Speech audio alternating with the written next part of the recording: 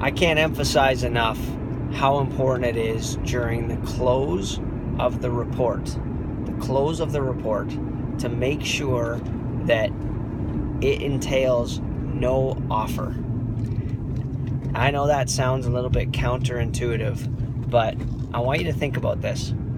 My close to the report includes only the details of how to get an offer that I've already told them about long before.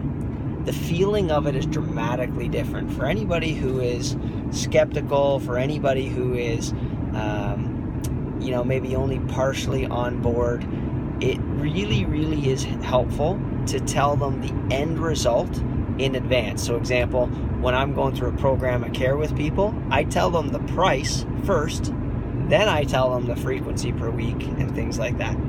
So, and the reason I do that is because for me, I would be wanting to just get to the price. But that's me. It doesn't have to be you, but that's me. For me, I would want to know what my test results are, so I give it to people before the group report. They get a package with all their test results in it, because for me, I would want to know about me first and then get the bigger picture. I don't want the big picture and then try to find out how I fit into it. And I just find from a clarity standpoint, it's helpful. Now, that might not be you, but in our office, that's authentic for us. It works better for us. So the close of the report tonight was wonderful. We had 9 people there. We had 23 referrals, scheduled appointments. All those scheduled appointments included the first and last name of each person, their birth date, their phone number, a scheduled date, and the person left with the paperwork required for those patients. I would consider that pretty darn efficient. And we had some referrals for people who don't live in our area, and I have to follow up on those afterwards. And the close of the report goes something like this. Halfway through the group report, I tell them about you get an offer.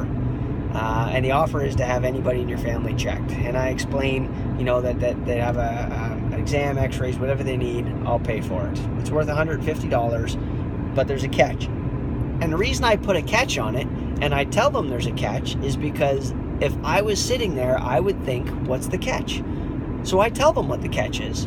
The catch is that you have to take it now, or it's not free anymore. And the other catch is you can do it for up to 10 people. I don't know why I picked that. I just do. I think at 10 people times $150, I think it's a pretty generous gift. I feel good about that gift. So I say, you can do it for up to 10 people. I make a joke saying, so if you have 11 brothers and sisters, figure out which one you don't like. And they all laugh. And then I say, seriously, you can do up to 10 people. And but whatever you take tonight is free, and if you don't take it tonight, it's not free. That's it. And that's the catch. And so you tell them about that in advance. So they spend the rest of the report thinking about who they could refer. And the reason I know they do that is because I tell them that. So I said, so for the rest of the report, whoever you're thinking about, whether it be your mom or your dad, or you're worried about them, just know that you now have a gift to give them that they can get checked. So there's a way through it. So you take out any anxiety that they have or any questions and just say, look, this is what we have.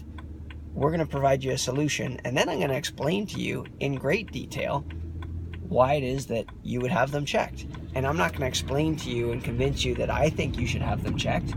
I'm going to explain to you what chiropractic is, and you're going to come up with the obvious conclusion that you should have them checked. And then the end of the report goes something like this. So you're going to go out now and get your results. All we're going to do is ask you a few questions. I'm going to ask you, do you want help? And if you want help, then I'll give you the details of what that looks like, and we're going to give you your first adjustment. You can go.